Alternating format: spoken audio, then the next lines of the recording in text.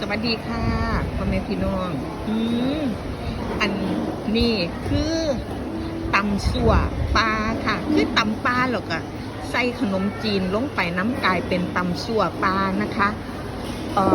อร่อยค่ะอร่อยหนาอร่อยมากค่ะอันนี้30 บาทพ่อแม่พี่น้องละเมอ30 บาทตะกินหลา